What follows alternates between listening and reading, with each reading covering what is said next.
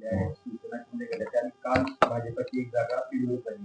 अशा अर्थाने मग महायुतीच्या आतापर्यंत एकूण 4 जागा बिनविरोध झालेल्या आहेत.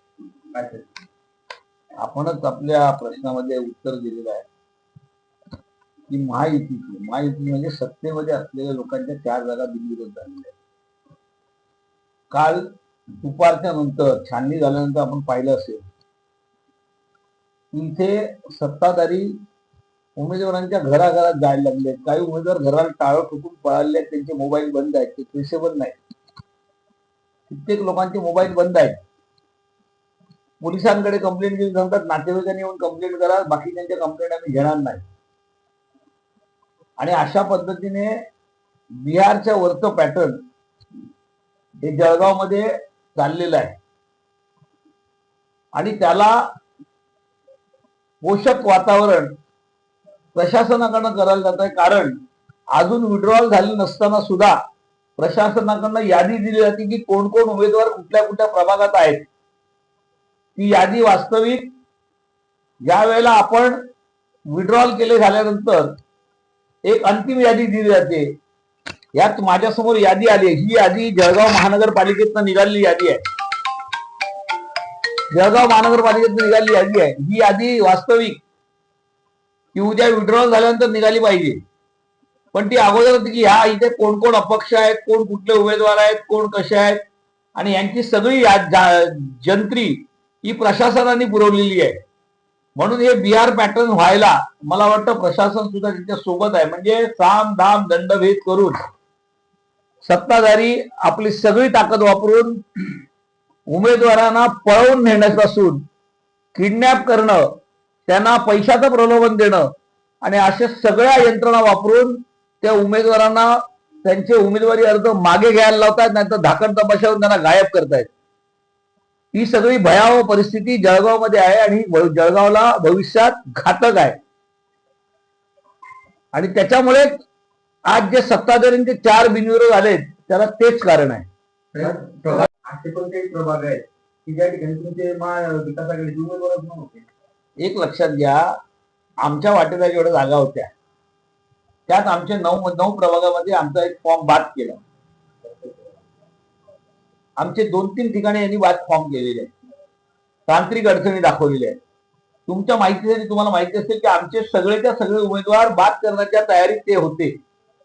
आमच्या त्या याच्यावरती डिजिटल सही आहे म्हणून सांगून तुम्हाला सगळ्यांना माहिती आहे की बातमी घातली, म्हणजे जेणेकरून विरोधकांचे उमेदवार दिसता कामा नये, कुठल्याही परिस्थितीला बाद करावं, ह्याच्यात सगळ्यात सिंहाचा वाटा सुरुवातीला प्रशासनाने घेतला आणि त्याच्यानंतर ते मार्ग बंद झाले. त्याच्यामुळे हे मार्ग अवलंबून चालू झाले.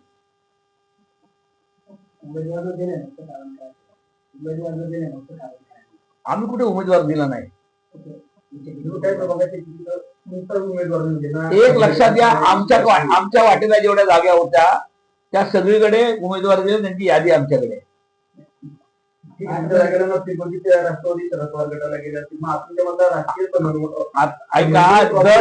एक लक्षात घ्या, जर आमच्याकडे ज्या वाटेला जागा आहे तिथे उमेदवार द्यायची जबाबदारी आमची आहे.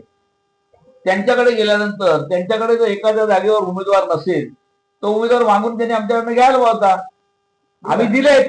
राजकीय समन्वयाचा अभाव नाही आहे. कसं आहे की आम्ही एक प्रभाग एक निशाणी ठरवली होती आणि ती जागा त्यांच्या वाटेला गेल्यानंतर जर आमच्याकडे एखादा उमेदवार मागितला असता, नक्कीच तो उमेदवार आम्ही इथे तुतारीवर पण दिला असता ना आमचा. पण त्यांनी त्यांच्याकडे स्वतःकडे आहे असं ते म्हणाले आहेत, त्याच्यामुळे आम्हाला तो देता आला नाही.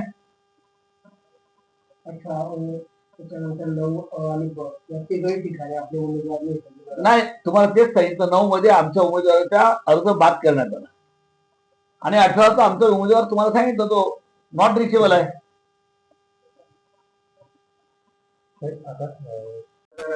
चंद्रकांत सोनवणे यांचे चिरंजीव जे आहेत डॉक्टर गौरव सोनवणे हे या ठिकाणी 18 मधून या ठिकाणी विजयी झालेले आहेत, बिनविरोध निवडून आलेले आहेत. पण त्या ठिकाणी आपला उभाटा गटाचा देखील उमेदवार होता, त्याने माघार घेतल्याचं सांगण्यात येतं. हे बघा, तुम्हाला मी सांगतो त्या उमेदवाराचा फोन बंद आहे.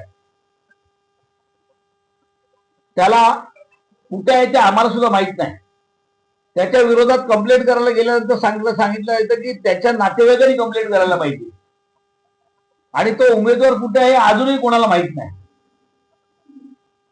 मी तुम्हाला म्हणून सांगितलं मगाशी की उमेदवारांच्या तसंच 11 मध्ये आमच्या बिलताई आहेत, त्या घरातनं गायब आहेत, त्यांच्या घराला टाळ ठोकलेला आहे, त्यांचा फोन लागत नाही, पत्ता नाही. असे कित्येक उमेदवार, एक सागर पाटील तो उमेदवार 7 मधला, त्याचा सुद्धा पत्ता नाही, त्याचा मोबाईल बंद आहे. हे उद्या यांच्या जीवाची सुद्धा भीती आहे की जर यांनी उमेदवारी मागे नाही घेतली तर यांचं बरं वाईट सुद्धा होऊ शकतं. तुम्ही जे म्हणतात उमेदवारांचे आभार गुलाबराव पाटलांनी मानलेले आहेत की त्यांनी आम्हाला मदत केली आणि तो उमेदवार जे सोनवणे आहेत त्यांच्या घरी पण भेटायला आले. एक लक्षात घ्या, हे तुम्हाला परत मी सांगतो की उमेदवारांना किडनॅप करण्याचा अर्थ काय, तो माझ्या बरोबर आहे का? त्याचे मोबाईल बंद आहे. तुम्हाला जर तुमच्या डोक्यावर उद्या जर समजा बंदूक लावली तर तुम्हाला हसायला सांगितलं, तुम्ही हसाल करणार? आज तुम्हीच सांगितलं की तो उमेदवार त्यांच्या घरात आहे म्हणून, मी तर सांगितलं नाही ना. अशा पद्धतीने तो उमेदवार, निवडणुकीला उभे राहणारा उमेदवार जर कोणाच्या घरी असा जातो, फुकट जाईल का? हे सगळे प्रकार जळगाव मध्ये फार चुकीचे झाले.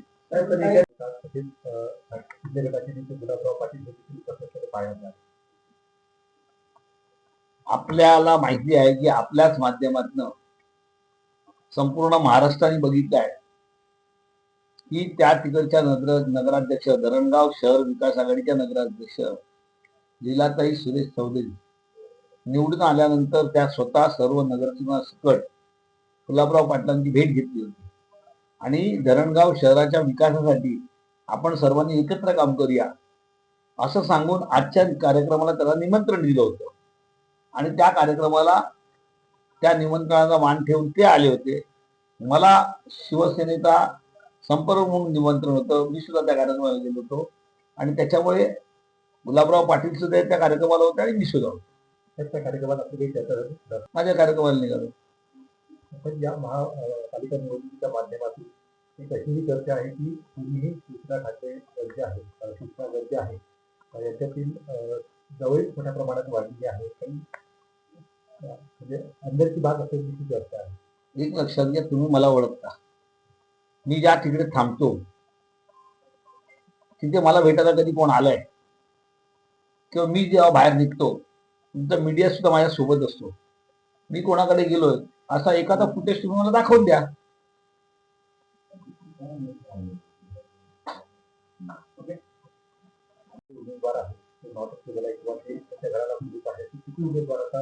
बघा, आता आमच्याकडे आमचे 2-3 जे उमेदवार आहेत, जसं तुम्हाला मी सांगितलं सागर पाटील आहे, भीलताई आहे, पार्वता भील आहे, असे आणखीन एक आमचा एक उमेदवार आहे. असे 3 उमेदवार आमचे आज आम्ही त्यांना संपर्क करतोय.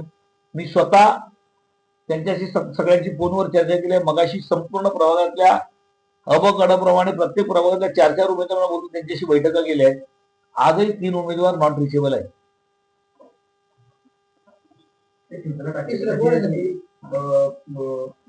नाही, मी तुम्हाला सांगितलं ना, ते आमचे आहेत. प्रभाग 11 मधला आहे, प्रभाग 7 मधला आहे.